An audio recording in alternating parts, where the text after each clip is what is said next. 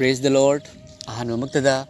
ikai khuding mapu sembiba sarga malim taibang pal marol ahumbu le sembiba amat tangaireba mapubu mapal naidana thagat sabaga loinana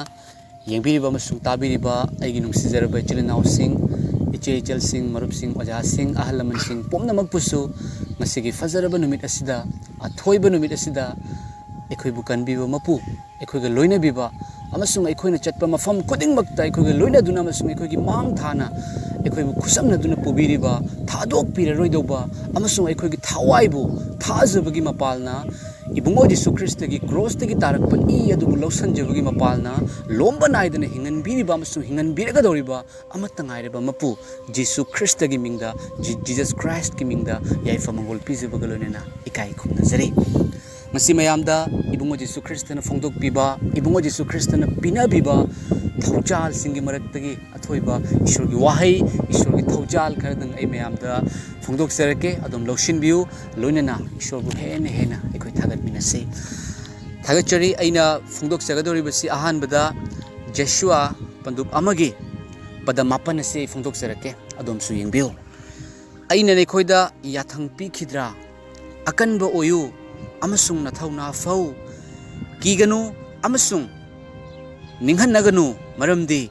nahak na chatpa mafam khudingda nahak ki ishor Yehovana nahakpu loineri amen pana sungna wen bire hallelujah thagachari ba pathokraba ishor gi ahingba wahi asibu tazariba pomnamakta adomna ningsing biu kauthok biganu madudi adom na ibungo Jesu Christ bu lobsan jabagi maramna adom na chatpa mafam khuding makta taibang malem le shem biu mapuna Jesu Christ na thawai sing bai pana ekhoi ga loina duna chatle ekhoi bu loina bire le shem biu mapuna ekhoi bu loina bire ba matamda ekhoi da fattabana karisu tawbunga moy adu adom gi thasabado ishor Jesu Christ gi cross da direct adom gi thasaba thambiyo loina na khangjadriba thasajadriba ichilnaw sing iche ichel sing yawbi bataragadi Jesu Christ na fongdok pi Holy Bible na takpi ishor na fongdok pi madudi ekhoi bu nungsi biba ekhoi bu thadok pi daba ekhoi bu loina biba ekhoi da langthok pi daba ekhoi na fatta boy bataraga su achumba lambi de lamjing duna bubirak pa mastung ekhoi bu ichanu pi haiduna nungsi na konsin biba mapu Jesu Christ na adom bu yam nungsi adom langtak nei haiduna khallaba pothafam khangdi haiduna khallaba hingmingdre haiduna khallaba karigi damak de hingibano haina khangaktraba natraga su langtak naba kaya inung manungda langtak naba natraga su tongan boy bada pothafam khangda boy bataragadi Jesu Christ na haibi khrabani madudi awa polum puba thabakana suba sai ngonda lao aina ne khoibu potha hange karamba matamda ikhoina pothaba fangani langtak nadraba matamda ingtharaba matamda harauraba matamda amasung nungaiba matamda apethokpa matamda potharaga legadoribani hariba pothaba do taibang panbagi miyoi singna pibagi pothabagi makhal adu nate taibang panbagi kanagumba nungsiba mana natraga su kanagumba mana mateng pangakpa matamda ngaihakki nungairamaga hariba du loikiba matamda amuk warakpagi adugi pothaba du nate lomba naideba makhegi pothaba internal gi oiba manungi oiba pothajaba do Jesu Christ na piba pami pigi haidu nungairi thagachari yengbiu masida aina ne khoida yathang pi khidra le sembiu mapuna khoida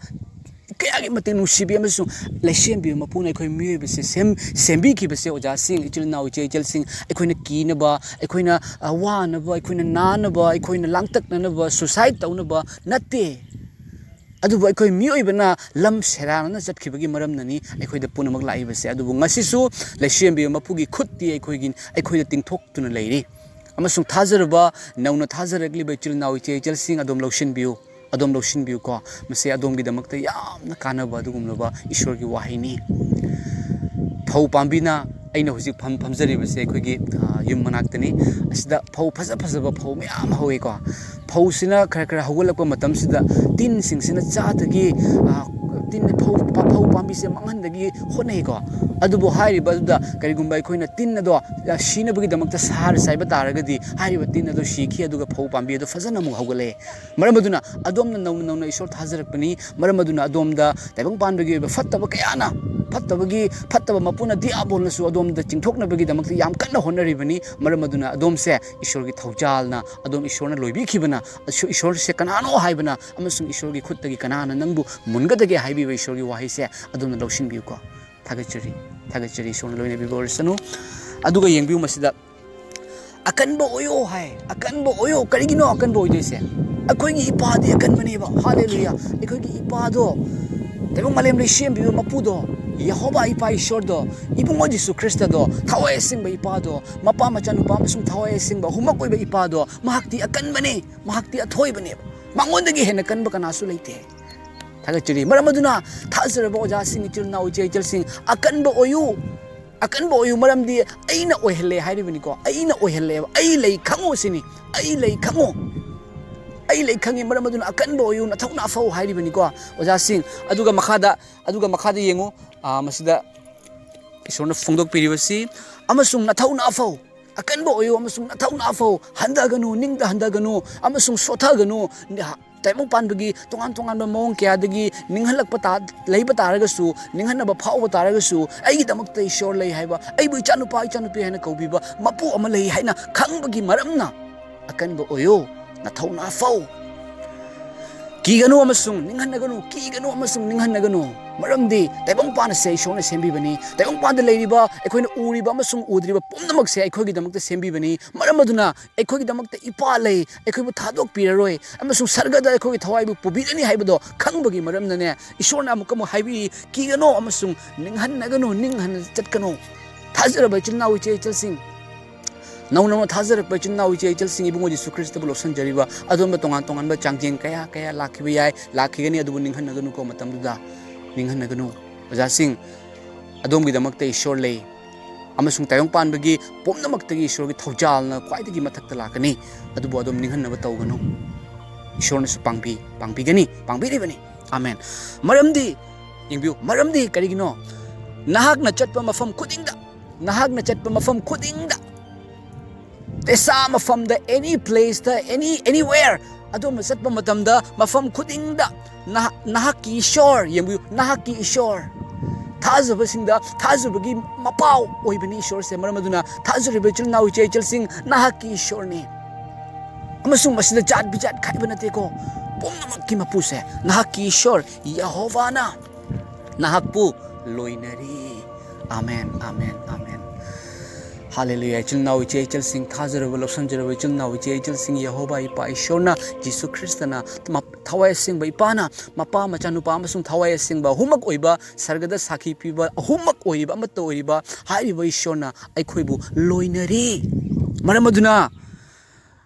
अकनबो OYO नथौना फौ कीगनो अमसुंग निंहनगनो मरमदी नहाकना चटपा मफम खुदिंगदा नहाकी ईश्वर यहोवाना नहाकपु लोइनरी ताइबों मालेमबु लई सेमबिबा खुदिंगमक सेमबिबा मपुना लोइना बिरकपा मतमदा एखोइदा लांतकनबा लैगद्रा अकनबा मी अमना इना केरा खुनबा मी अमना film star अमना लंबीदा चटपा मतमददी महाकिदमक्ता security force मयाम अमा guard तौरगा चली को मंगोंदा मतमदा मंगोंदा कीबसे हंथरइबा